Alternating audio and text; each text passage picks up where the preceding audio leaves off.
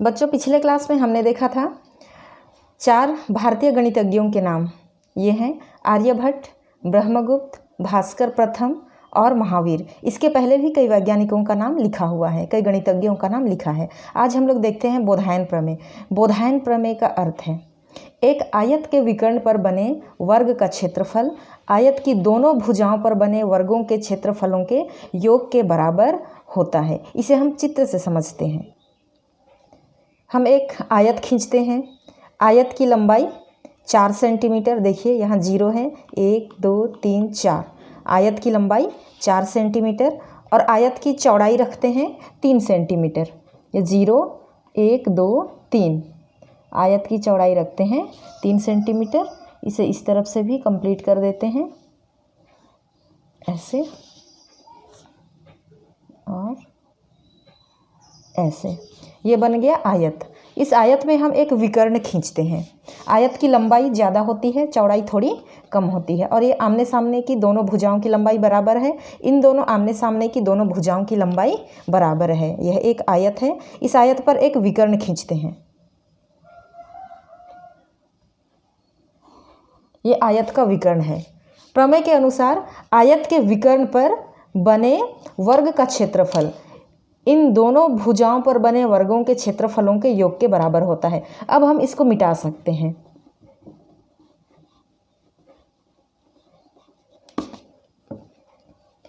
ये विकर्ण समकोण त्रिभुज का कर्ण के समान है। हम इस विकर्ण पर वर्ग खींचते हैं।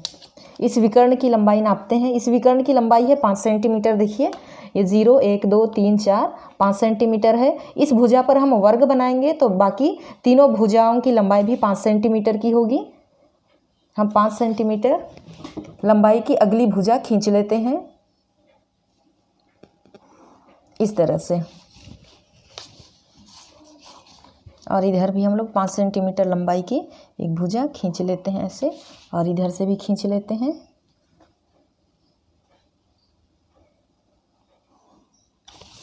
अब इस भुजा की लंबाई 3 सेंटीमीटर है तो इस भुजा पर बने वर्गों की लंबाई चौड़ाई बाकी भुजाओं की लंबाई 3 सेंटीमीटर की होगी। इस भुजा की लंबाई 4 सेंटीमीटर है तो बाकी भुजाओं की लंबाई भी 4 सेंटीमीटर होगी। हम इस भुजा पर 1 सेंटीमीटर की दूरी पर निशान लगा देते हैं।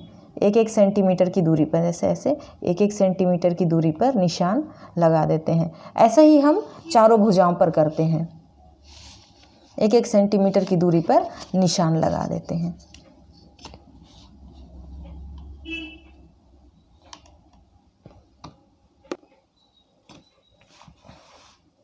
उसके बाद हम लोग इस तरह से चित्र को कंप्लीट कर लेते हैं। अब इस चित्र में देखिए, इस भुजा की लंबाई 5 सेंटीमीटर है। इस भुजा पर, इस विकर्ण पर बने वर्ग का क्षेत्रफल 25 वर्ग सेंटीमीटर है। क्योंकि लंबाई 5 सेंटीमीटर है, चौड़ाई भी 5 सेंटीमीटर है। 5 का पहाड़ा 5 बार बोलेंगे, 5 पंचे 25 वर्ग सेंटीमीटर। इस वर्ग का क्षेत्रफल 9 वर्ग सेंटीमीटर है। क्योंकि लंबाई चौड़ाई, इस वर्ग की लंबाई चौड़ाई 3 सेंटीमीटर है तो 3 तिया 9 सेंटीमीटर। इस वर्ग की लंबाई चौड़ाई 4 सेंटीमीटर है, इसलिए इस वर्ग का क्षेत्रफल 4 चौक 16 वर्ग सेंटीमीटर है। इसे हम इस तरह से भी ज्ञात कर सकते हैं। इस वर्ग के अंदर जो 1 सेंटीमीटर लंबाई चौड़ाई वाले छोटे छोटे वर्ग बने हैं, इन वर्गों को गिन लेते हैं। 1 2 3 4 5। इस लाइन में भी 5 है, इस लाइन में भी 5, इसमें भी 5, इसमें भी 5। कुल 25 छोटे वर्ग बने हैं। अर्थात इस वर्ग का क्षेत्रफल 25 वर्ग सेंटीमीटर है। इसके अंदर में 1 2 3 4 5 6 7 8 9 1 सेंटीमीटर लंबाई चौड़ाई वाले 9 वर्ग हैं। अर्थात इस वर्ग का क्षेत्रफल 9 वर्ग सेंटीमीटर है। इसी तरह से इस वर्ग का क्षेत्रफल 16 वर्ग सेंटीमीटर है।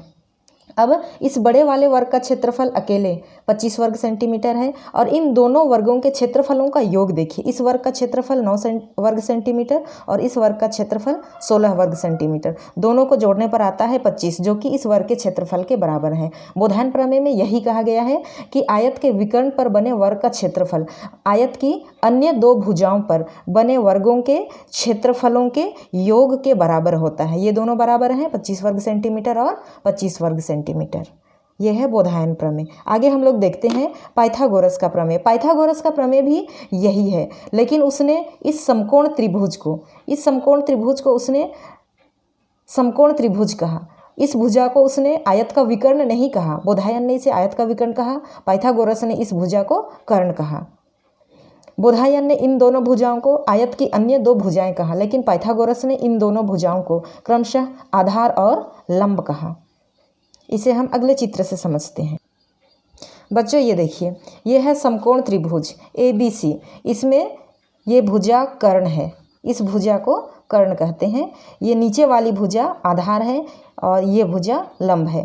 त्रिभुज को घुमा दिया जाए तो लंब और आधार आपस में बदल सकते हैं, कर्ण वही रहता है। बोधायन ने इस कर्ण को आयत का विकर्ण कहा और इन दोनों भुजाओं को आयत की अन्य दो भुजाएं कहा, किंतु पाइथागोरस ने इस भुजा को कर्ण कहा और इस भुजा को लंब और इस भुजा को आधार कहा। पाइथागोरस के अनुसार इस कर्ण का वर्ग इस भुजा का वर्ग लंब के वर्ग और आधार के वर्ग के योगफल के बराबर होता है। कर्ण का वर्ग लंब के वर्ग और आधार के वर्ग के योगफल के बराबर होता है। यह है पाइथागोरस का प्रमेय। पुस्तक में देख लेते हैं पाइथागोरस का प्रमेय। बच्चों पुस्तक में देखिए, यहाँ पर लिखा हुआ है समकोण त्रिभुज में कर्ण का वर्ग शेष दो भुजाओं के वर्गों के योग के बराबर होता है। यही पाइथागोरस का प्रमेय है। चूंकि इस प्रमेय को पाइथागोरस ने दिया था, इसलिए इस प्रमेय का नाम पाइथागोरस प्रमेय है। किंतु कहा जाता है कि बोधायन ने पाइथागोरस के जन्म के सैकड़ों वर्ष पहले ही इस प्रमेय को दे चुका था। अर्थात पाइथागोरस ने बोधायन के काफ़ी साल बाद इस प्रमेय को दिया। दोनों ने जो प्रमेय दिया वो एक ही प्रमेय है, बस भुजाओं का नाम अलग अलग है। इसलिए ये पाइथागोरस का जो प्रमेय है वास्तव में बोधायन प्रमेय ही है। आज के लिए इतना ही। आज का गृह कार्य देखिए। आज के गृह कार्य में केवल 2 प्रश्न हैं। प्रश्न 1, बोधायन प्रमेय क्या है? चित्र सहित स्पष्ट कीजिए। पुस्तक में बोधायन का प्रमेय लिखा हुआ भी है और चित्र भी दिया है। मैंने भी चित्र बनाकर आप लोगों को समझाया है। आप लोग इसका आंसर लिखेंगे और व्हाट्सएप पे पोस्ट करेंगे। प्रश्न 2, पाइथागोरस का प्रमेय लिखिए। इसमें केवल प्रमेय लिखना है, जो पुस्तक में मैंने अंडरलाइन करके दिखाया।